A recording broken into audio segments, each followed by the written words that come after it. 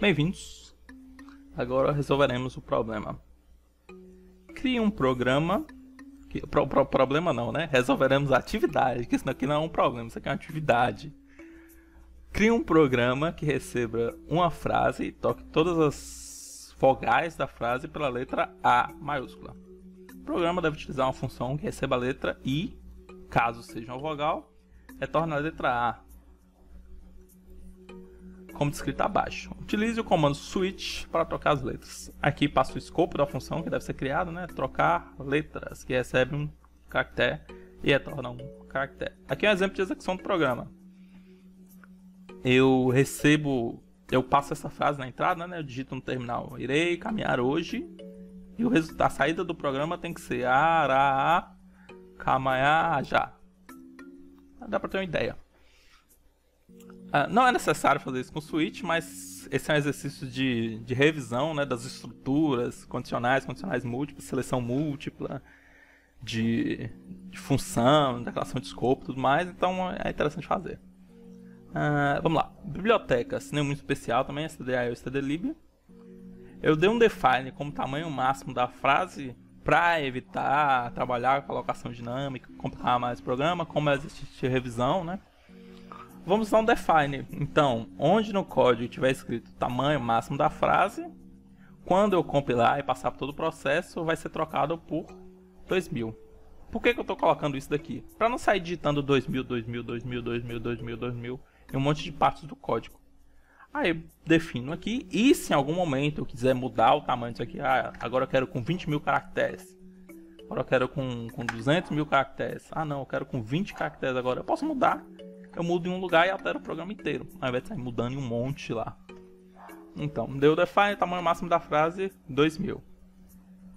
Declarei o escopo da função, né? Eu criei uma função trocar letras, como ele solicitou, que vai me receber um caractere, chamado um caractere, e vai me retornar um caractere. Como é declaração de escopo, eu não preciso ter um nome da variável aqui, mas é sempre bom deixar para você saber, para você bater o olho aqui e saber do que se trata. Então vou receber um caractere e vou retornar um caractere. E como é escopo, está falando que eu implementei a função lá embaixo. Vamos lá. No main, eu estou declarando um vetor frase do tamanho máximo da frase, né? Aqui em cima 2000, que vai armazenar a frase. Por que 2000? 2000 é suficiente. Na maioria dos casos, né, pelo menos para todos que eu colocar, vai ser suficiente. Eu não vou digitar uma coisa... Provavelmente não vou digitar uma coisa maior que 200. Maior que 100, talvez não, maior que 50. Mas coloca um espaço bem maior, né? Porque sempre tem uma pessoa que tenta quebrar seu programa de alguma forma. Então, se prepare para esse tipo de caso. Então, tamanho máximo, 2000. Variável pro for aqui, é pro auxiliar, né? Pro laço auxiliar. Não é for, usei um while, então a variável auxiliar aqui. Digite a frase a ser codificada e aqui eu recebo a frase do usuário. fgets, tem um exercício que eu trabalhei com essas funções de receber strings, né? fgets, o endereço para onde mandar string, o tamanho do vetor e de onde ela vai vir. stdin é do terminal. Você vai digitar lá no terminal. Então vamos lá. Meu i, eu declarei meu i igual a 0. O que eu estou fazendo aqui? Eu vou trocar todas as letras. E por que eu não utilizei um for aqui ao invés desse while? Porque eu sei que o tamanho máximo é 2000. Só que eu também sei que eu provavelmente não vou usar esses 2000. Que eu provavelmente não. Que não é planejado utilizar esses 2000. Que eu não irei utilizar esses 2000. Eu defini. Eu poderia colocar 20 aqui e saber que 20 vai ser mais que o suficiente. Então não tem por que eu passar pelos 20.000, pelos 2.000 caracteres. Ainda mais que eventualmente pode dar problema de acordo com o lixo da memória. Então eu estou comparando. Olha, meu i é 0, ok? E enquanto meu caractere no vetor frase, né, na posição i, enquanto meu frase de i aqui, né, enquanto esse caractere aqui for diferente de contrabarra 0, eu troco a letra. Por que contrabarra 0? Porque contrabarra 0 é o final de vetor. Tá, como assim? Eu posso inserir João espaço, Paulo. E no final de todos os meus vetores, a indicação que é um final do vetor é o contrabarra zero. Então eu sei que em todos os meus vetores tem um contrabarra zero indicando lá onde o vetor acaba. Independente do tamanho dele que você declarou. Meu contrabarra zero ele me fala, olha, eu inseri caractere até essa posição. Essa aqui é o meu final dos caracteres inseridos. Independente do espaço do vetor, meu contrabarra zero me fala, eu inseri caractere até aqui. Então, meu contrabarra zero é o final efetivo desse vetor. Não o final do tamanho dele, mas o final da inserção, né? O quanto dele eu ocupei. Então, enquanto esse caractere que eu for lendo for diferente de contrabarra zero, eu troco as letras dele. Então, meu caractere, ele vai receber o troca-letras de caractere. O que esse troca-letras faz? Como pediu para utilizar um while, né? Que é uma revisão de seleção múltipla, ele vai receber, ele vai dar um switch nesse caractere, né, nessa letra. E se for um das vogais lá, maiúsculas ou minúsculas, ele vai trocar por A. Não é necessário fazer switch para isso. Mas como exercício de revisão, eu faço com switch. Eu poderia fazer um if, colocar lá, poderia trabalhar talvez com a tabela ASCII, somar e diminuir valores da tabela ASCII, mas faz no while, né? Já que o exercício pediu e já quer para revisão. Então, case A, case E. O switch é o quê? Eu tenho minha letra, certo? Eu dou um switch nessa letra. Eu vou ver qual dos casos que ela se encaixa aqui. Tá. Se ela for A, E minúsculo, E maiúsculo, I maiúsculo, O maiúsculo, U maiúsculo, então eu faço meu nova letra A e break. O que é isso aqui? Se minha letra aqui ela for idêntica a essa, eu vou executar meu código até achar um break.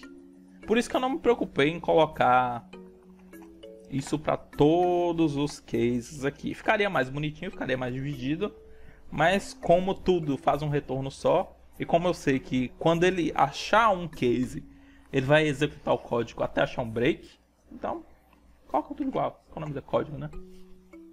Então, se ele se encaixar em qualquer um dessas daqui, ele vai executando o código até achar o comando break. O que o comando break faz? Ele sai do laço. Ele é bastante... Na maioria dos casos ele é utilizado no switch, mas ele não se restringe a switch. Você pode usar ele num while ou em outra coisa também. Ele sai do laço que ele está. Então, switch letra. Eu passo essa letra aqui e vou ver em quais casos que ela se encaixa. Se ela se encaixar em qualquer desses... Então, eu vou executar meu código, que é efetivamente quando eu troco a letra, né? Eu não coloquei o A maiúsculo aqui, porque não precisa trocar A maiúsculo por A maiúsculo, então eu nem trato ele.